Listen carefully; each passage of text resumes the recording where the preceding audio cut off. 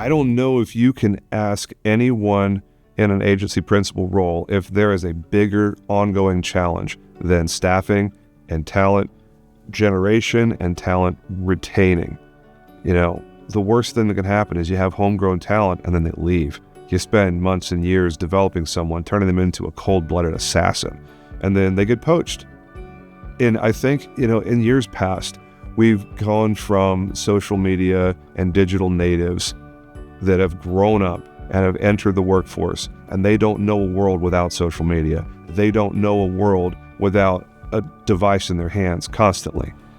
Where we're headed in the next few years, we're going to be having these people entering the job force that are AI natives, that they have grown up and gone to middle school, high school, college with generative AI, with agentic AI, where they don't know a world without AI. They certainly don't know a professional world without AI. So for the agencies that lean into the challenges of generative AI, agentic AI, and all of the things that makes people super uncomfortable, especially those that have maybe some gray and white hair on their head or their beard or whatever, those that lean into those challenges are going to be prepared to face them. Because, the running joke is, hey, if you're not using AI, you're going to get replaced.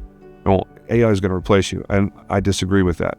I don't think AI is going to replace any skilled, talented people in the insurance industry, but people using AI will absolutely just get out of the way people that aren't.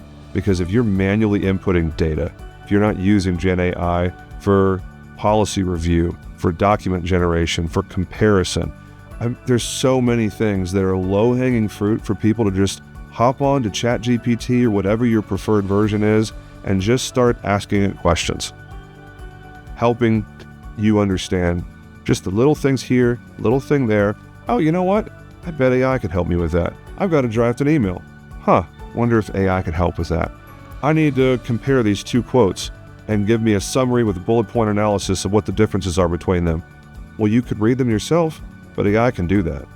And it can do that in seconds instead of 20 or 30 minutes. When someone is uncomfortable with the whole thing about AI and they want to get a little more comfortable and kind of tiptoe into that, baby steps into AI, just figure out the little things you can do.